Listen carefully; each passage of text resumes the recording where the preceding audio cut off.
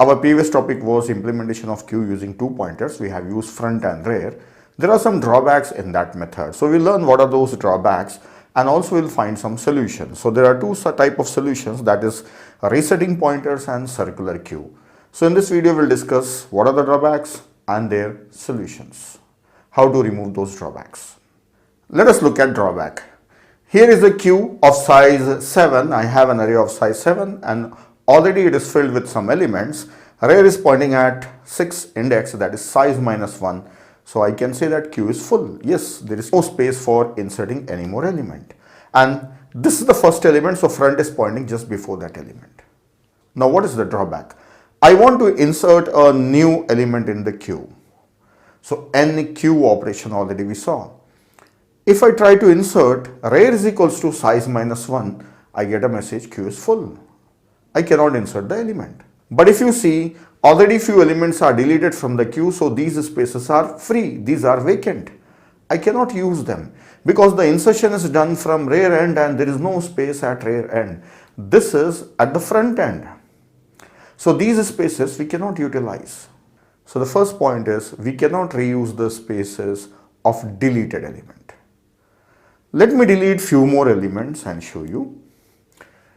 If I am deleting this one and this one also and this one also, so front will be pointing. Now so many elements are deleted, there is only one element in the queue.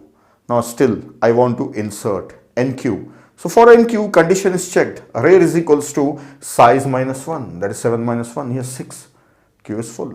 I cannot insert an element, though there is a lot of space free. So it means second point, every location can be used only once. I cannot reuse them. Then third one, I will delete this element also. The front will point here. So front and rear are pointing at same place. So queue is empty. Front is equals to rear, queue is empty. Can I insert any element? No, queue is full because rear is equals to size -1. Queue is full. Rear is at last location. Third point is a situation where queue is empty also, full also. So these are the 3 points we saw, that we cannot reuse the spaces of deleted elements. Second point, we can use each space only one time. That is a similar point only. The third thing is there may be a situation even queue is full as well as empty.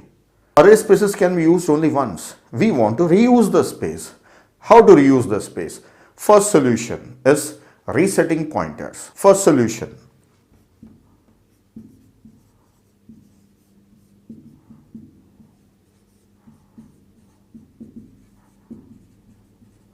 Solution is resetting pointers. So what I should do? At any time, if a queue is becoming empty, at any place, bring front and rear pointer at the beginning, that is reinitialize them to -1 so that they can again start from the beginning. So in this way we can reuse those places. Let me show you a little bit by inserting few elements. Suppose I have inserted 3 elements. So I have 3 elements. Now I want to delete 2 elements. Now after deleting 2 elements, front is here. Now I want to delete one more element. When we delete one more element, front will move to the next location and this element is gone and both front and rear are at same place. So it is empty, so queue became empty. So reset them and bring front and rear at -1. This is what we will do in resetting pointer. Not just at the end, anywhere in between. Whenever front and rear are becoming equal, means queue becomes empty, bring them quickly on -1 so that we can reuse the places. But this method doesn't guarantee that these spaces will be reused definitely. If a queue is not becoming empty at any time, then we cannot reset them.